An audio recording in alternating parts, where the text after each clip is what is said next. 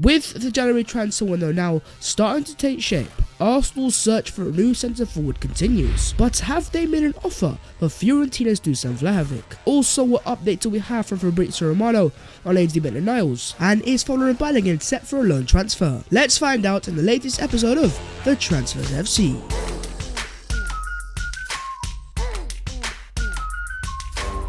Yo, what is going on, guys? My name is Babs14 and welcome back to your boy's channel. Now, as you can hear from your boy's voice, by no means am I anywhere near 100%, but your boy is still here, so make sure to go down there and smash a like, and also do subscribe if you are new, and help your boy on his road to 70,000 subscribers. But let's get into the Arsenal transfer news, and starting off with Arsenal's search for a brand new centre forward. It is no secret that Arsenal wants a brand new centre forward, a player that can score goals, make runs in behind, but also drop deep and link up the play as well. And there have been quite a few names. In your boy's last video, I discussed the possibility of Alexander Isak, but in today's video, let's focus on Serbian international and Fiorentina centre forward Dusan Vlahovic. Because according to Ben Jacobs of CBS Sports, Arsenal's offer for Dusan Vlahovic of close to €45 million plus Torreira is genuine. However, Fiorentina will now wait for other suitors, with Vlahovic not fully sold on Arsenal. So Arsenal have put money on the table. We're talking €45 million plus the player they have already on loan at Fiorentina in Lucas Torreira, who of course they have an option to buy as well. But in terms of this source, and likewise Fabrizio Romano and Gianluca Di Marzio, it goes back to the player's personal desire, and according to all these reporters, the player is not fully convinced by Arsenal Football Club, which for me is pretty weird, because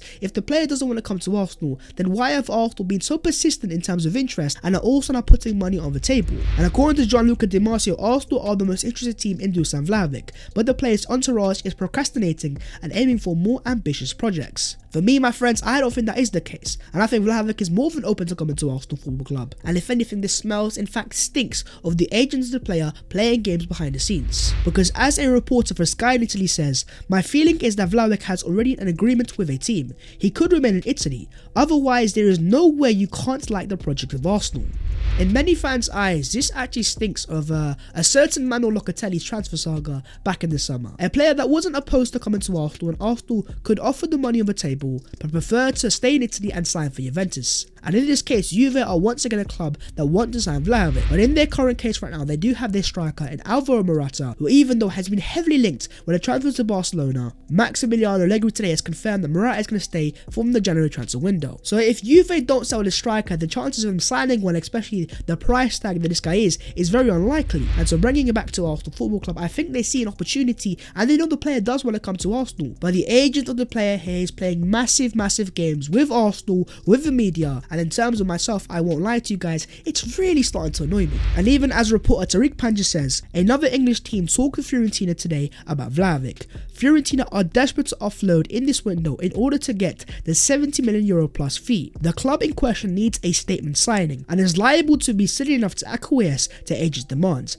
Might be a perfect fit. This just kind of sums it all up, because the club he's talking about here is a certain Newcastle United, and it just goes to show it is all about the money. It is not about the project, the Champions League football, the size of the club, and what other clubs want to sign him. It's about which club is willing to offer the most money to the agents of the player. And as unfortunate as it sounds, in terms of the player, wherever he goes, his agent is always going to play a massive part. Because in terms of Arsenal right now, our project is actually very attractive. The young players that Arsenal have and the projection and potential of this team is amazing. So in terms of Dusan Vlahovic, at 21 years of age, playing with the likes of Bukayo Saka's, Emil Smith-Rowe, Martin Odegaard, which striker doesn't want that? And in terms of Fiorentina today, as Fabrizio Romano has confirmed, Hertha Berlin striker Krzysztof Piątek is now set to join Fiorentina. Done deal, as Di Marzio reports. Agreement reached between the two clubs and personal terms have been agreed. So Fiorentina are signing a brand new centre forward, Krzysztof Piątek, coming back to Italy. Reports have confirmed that Arsenal made an offer, and that Fiorentina are desperate to sell the player in this transfer window. Why would they sign a potential replacement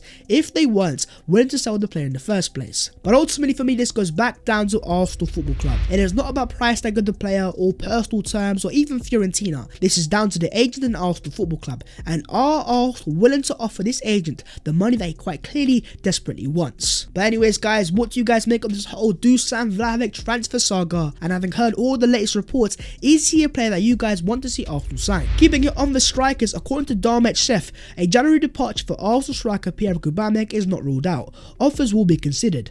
Since he's been stripped of the captaincy and left out, Arsenal have won 5 out of 6 games and scored 20 goals. It should be 6 out of 6 wins there, but it's no secret that Arsenal have been on fire since Arsenal left out Aubameyang. But in terms of any potential transfer, there are quite a few deciding factors. One being, first things first, AFCON. Aubameyang right now isn't available at Arsenal. And secondly, in terms of price tag of the player and wages of the player, which club is willing to put that sort of money on the table? Weirdly for me, I'd actually keep an eye out on Newcastle United, who have the money to put on the table and have actually been linked to Aubameyang. If they were to put an offer forward to Arsenal, I think Arsenal will be inclined to accept. But talking about Arsenal strikers, as Fabrizio Romano has confirmed today, Fabrizio Balogun is now close to completing a loan move to Middlesbrough as reported yesterday. Talks are progressing with Arsenal and the Gunners boards are prepared to accept. Following Balogun to Middlesbrough in the Championship, this actually makes quite a bit of sense, because as EBL points out, it's a calculated and smart move from Arteta, as Balogun will play in a split striker system where he will be required to complete a role of a left winger / striker,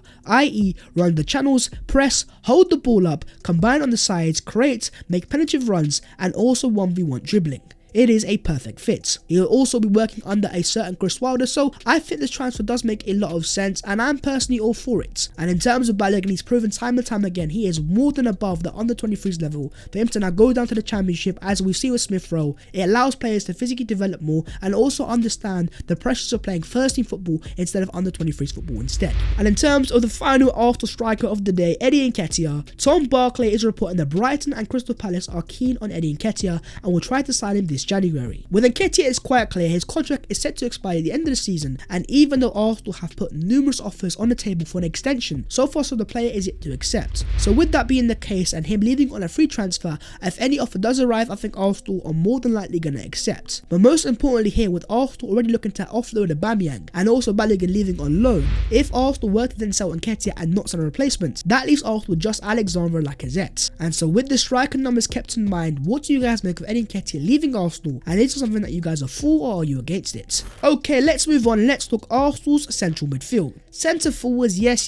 but let's not forget about central midfield, because with Thomas Partey going to AFCON, it leaves Arsenal just Xhaka, Sambi and AZ Maitland Niles. But in terms of man like Fofty, as Fabrizio Romano has confirmed today, a deal is set to be completed for AZ Maitland Niles to join AS Roma on a straight loan move from Arsenal. No buy option included, just final details to be agreed on, player side, then AZ will fly to Rome. Negotiations started weeks ago and now all set to be signed. AZ Maitland Niles is leaving Arsenal on a straight dry loan deal, and it makes a lot of sense. Arsenal set a price tag of I believe €50 million and Roma weren't willing to put that on the table. So to avoid any sort of long-term transfer saga and also to respect the desire of the player, Arsenal have gone, listen, we'll let you go for now easily, we'll let you get your first team minutes, but come the summer it gives Arsenal a lot more time when it comes to negotiating any sort of long-term transfer fee. But in terms of the loan itself, according to reports, Arsenal will get a €2 million loan fee. You know what, €2 million for just a 6-month loan deal, and I also believe that Roma will be paying the full wages of the player as well. I think ultimately that is a pretty decent deal from Arsenal that they have negotiated. So best of luck to man like Fofty in AS Roma, but bringing it back to Arsenal Football Club, with them losing yet another central midfielder, it surely increases the likelihood of them signing a replacement. And talking about replacements and potential opportunities, according to The Athletic today, Barcelona would seriously consider a big offer for Frenkie de Jong. The hope around the new camp remains that Newcastle United or a similar club with loads of money they are keen to spend will help Barcelona out. So Barcelona have transfer listed one of the best young midfielders in the world simply because they need the money. And they aren't even looking for any sort of big clubs to come in for de Jong. Any club that comes in and offers the money they require, they are more than inclined to accept. So with all due respect, when you have clubs like Newcastle United get linked to transfers like this, then why not Arsenal Football Club? At 24 years of age, Frenkie de Jong suits exactly what Arsenal require. And yes, it would be very expensive, but in terms of profile of the player, where he can play as a 6, as an 8, to have Frenkie de Jong behind the likes of Martin Odegaard, Smith Rowe and Saka and whoever that centre forward may be, it is just an exciting possibility that if Arsenal can make happen. I am on my knees. Frenkie de Jong at the Emirates Stadium, are you mad? And yes, I am sure the player will have a lot of other more attractive suitors, but this is all down to the money. Can Arsenal afford them? I think so, and this is an opportunity for me that Arsenal should be all over. But what do you guys make of the Frankie de Jong situation, and is he a player that you guys want to see Arsenal sign? Keeping it on the transfer news, according to Fabrizio Romano, Aston Villa are in direct contact with Felipe Coutinho's agent to negotiate a potential loan move, and Coutinho has been discussed with 3 Premier League clubs and he's open and prepared to leave Barca. The only reason why your boy is discussing this in the first place, because in the past few days Arsenal have been one of the major clubs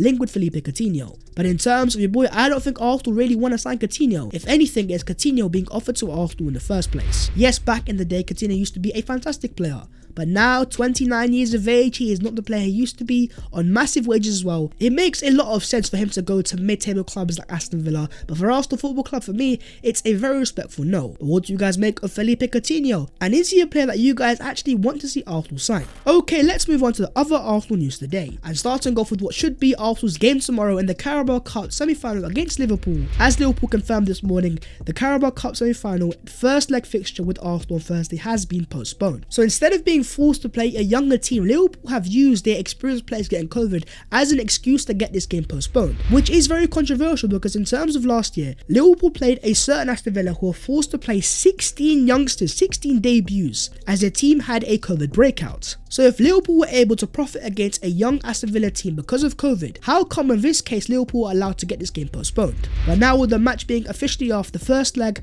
of the semi-final will now be at Anfield on January the 13th and the second leg at the Emirates on January the 20th. I'm not against the second leg being at the Emirates, of course it gives Arsenal an advantage, but it also means that Arsenal's Premier League game with Burnley is now moved to Sunday the 23rd of January, 2 PM kickoff following the postponement of the EFL semi-final first leg against Liverpool. But even though Arsenal gained the second leg home advantage, it isn't all rosy for Arsenal, because as Albino points out, the biggest issue for me is that Arsenal now have 2 legs of a semi-final against Liverpool either side of an important Premier League game away at Spurs, instead of an FA Cup tie against a lower division team being sandwiched in the middle. That impacts our ability to rotate. But you know what, ultimately, as annoying as it is for us fans and for the players, unfortunately this is simply something Arsenal have to accept. Massive semi-finals, North London derby and Premier League must-win games, Arsenal Football Club massive test, let's see if they can pass it.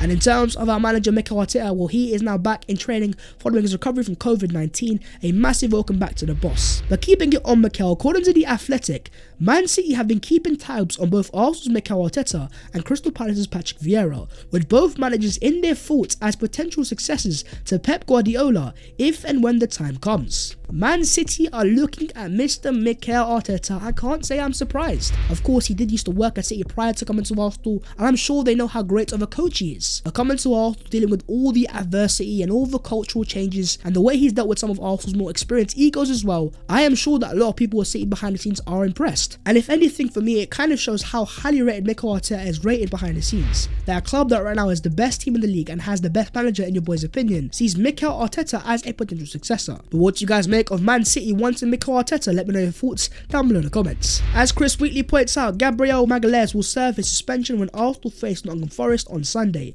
and as things stands, the FA Cup tie is still going ahead. With Arsenal not playing Liverpool after this Nottingham Forest game, Gabriel is set to be available for the first leg at Anfield. But will this game go ahead in the first place? Because Forest have had their fixture against Barnsley postponed following a request from EFL due to a combination of injuries and positive COVID-19 tests for Forest.